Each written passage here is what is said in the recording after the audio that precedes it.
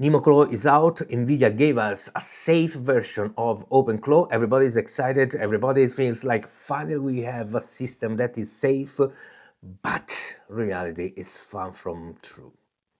So what is going on with this OpenClaw? Actually, NemoClaw. What is this? So basically, it's a cool thing and it's really good. I'm not saying that it's not good. What I'm saying, it doesn't solve the problem that we actually have. But what does it solve? Solve four major problems. First of all, it put this OpenClaw, which is not touched. Therefore, we stay compatible with everything that happened within OpenClaw. But it put this inside a sandbox, basically inside a perimeter.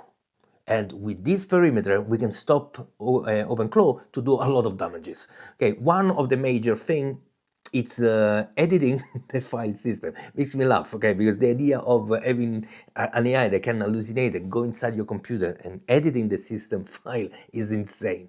But that is how powerful OpenClaw can be. And therefore, by putting inside this sandbox, now the file system are locked, cannot be edited. Another thing here is called the single filtering.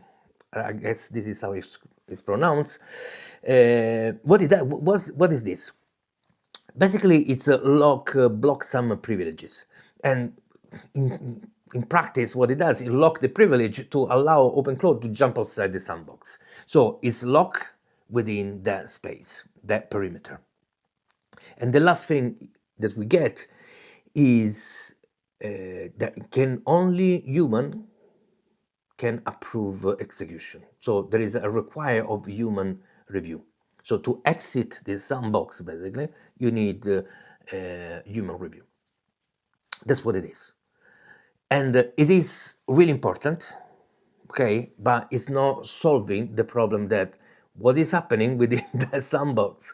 That is still a problem. So let's say that OpenClaw misunderstand something and start breaking, writing code that is wrong, doesn't follow the protocols, start tinkering with some files that are not supposed to do.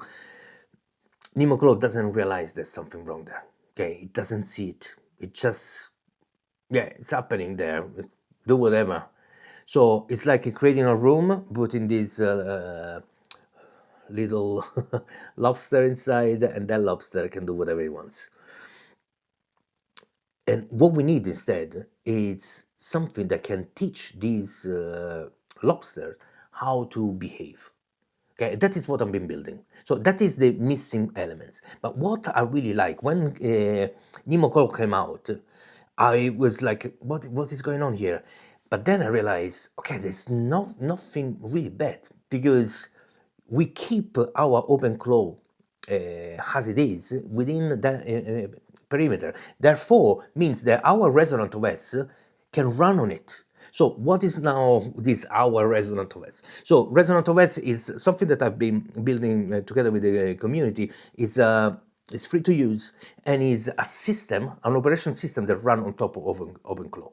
What it does a lot of tools, a lot of abilities, and something that I, of course, solve the memory problem and solve a lot of problems. But in this case, about security, what it does, it adds a lot of other elements. Okay, those elements are the fact that the behavior of these lobster inside this perimeter cannot be controlled by the perimeter itself. So you need a system through rules, protocols that enforce some specific behavior.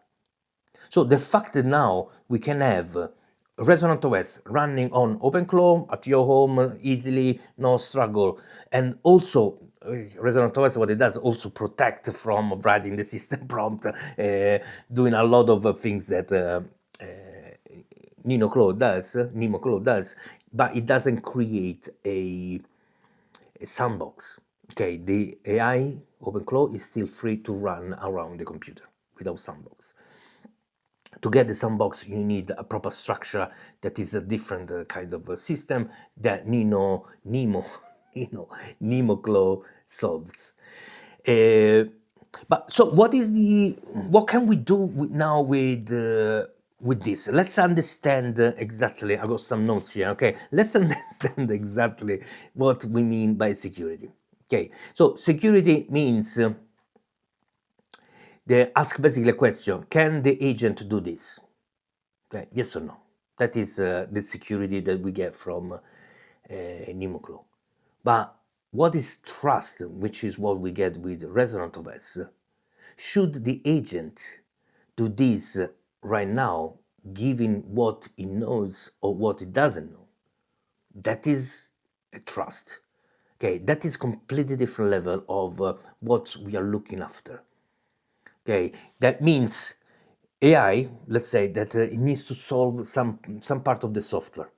Okay, need to edit some part of the code. NemoClaw would say yes or no. Resonant OS will say, does this agent know what to do? Does it have the awareness necessary to understand in which environment is working? What is the intent of the code that we need to build? Does it have all the knowledge required and all the tools required actually to do a good job? That is the job of Resonant OS, giving all those elements and then make the decision. Yes, it's time to do it, or no, now it's not right the time. It's not the right time to do it. That is completely different, two different things. Okay, one is really on-off mechanical and basic level of security. The other is high-level trust. That's what we're building with Resonant OS.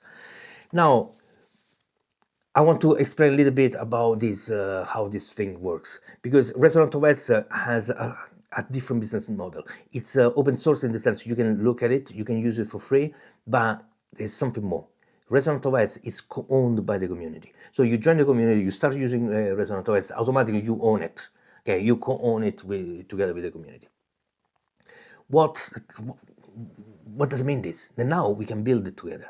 Okay, it's not like it's mine and then you feel like you're gonna work for Manolo. No, I'm working for Resonant OS. Okay, to build this, and everybody inside the community is working to build the Resonant OS. So we all co-own it. Now you have an idea and say, yeah, but I want to add this thing. Yeah, add it.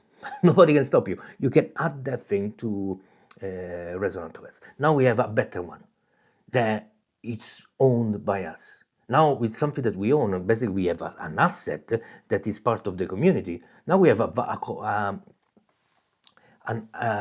value together, basically this asset that we align to. What we can build with this is huge. Today I'm gonna have, so if you're not gonna watch as soon as this video is come out, it's not gonna be today, but every Wednesday we have a community call over Zoom. 8 p.m. Central Eastern Time, Central European Time. So think about Italy time, Spain time, France time, that kind of time, okay? 8 p.m. We have this community call over Zoom. So if you join the Discord, you can get the link and be part of it. And we are gonna we discuss how to move this forward. What things we should do.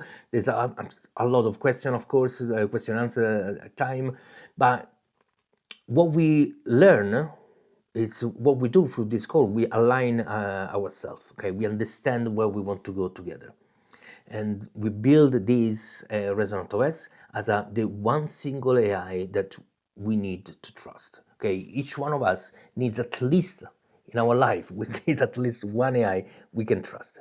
And let me tell you, I won't trust Nemo.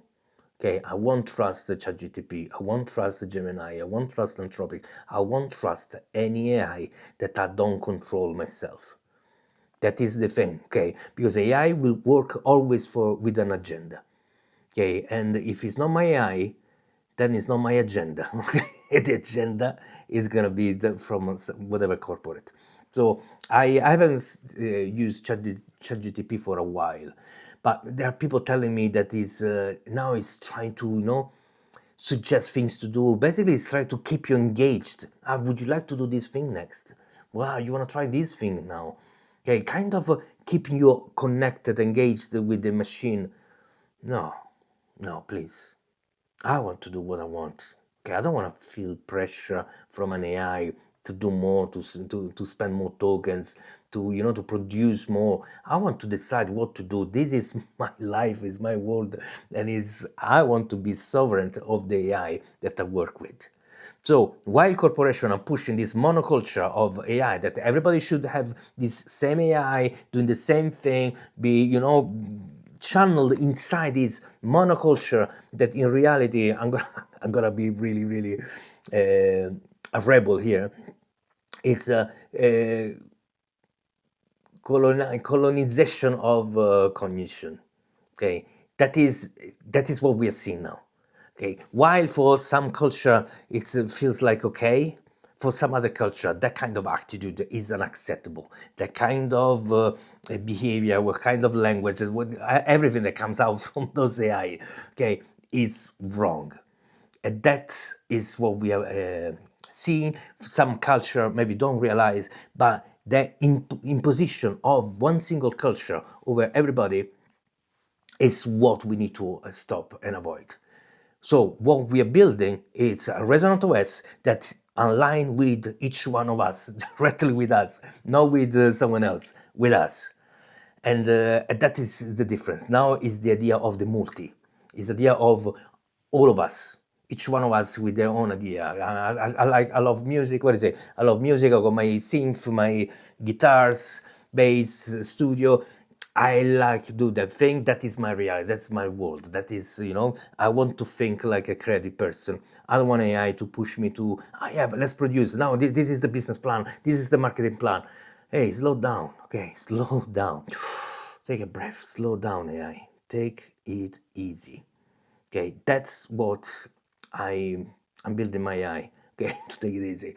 In the sense, it's always pushing, because there is a behavior there. But that is the idea of what we need to build. Okay, something that is in line with us, that respect who we are.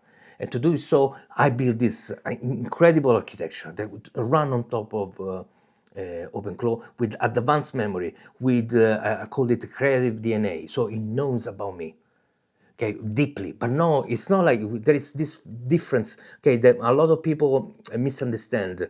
Okay, one thing is your CV. Okay, now he knows my CV, he knows what I've done. Okay, this is a list of success.